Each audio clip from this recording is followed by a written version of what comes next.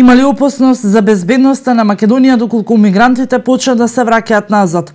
Откако некои од северните држави почнаа да ги затвараат границите се со цел да се сопре миграцијата од Блискиот Исток кон Европа, за ова министерот за внатрешни работи при последната посета на прифатниот камп одговори дека се надава земјите во еврозоната да изнајдат решение и модул како да се создаде ред во протокот на мигрантите, но не ја исклучи и можноста дека постои доза на загриженост.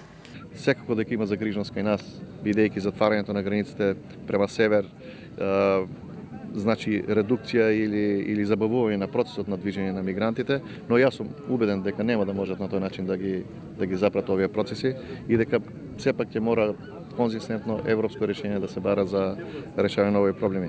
Бранот бегалци, иако со намалено темпо, продолжува да се движи кон Европа.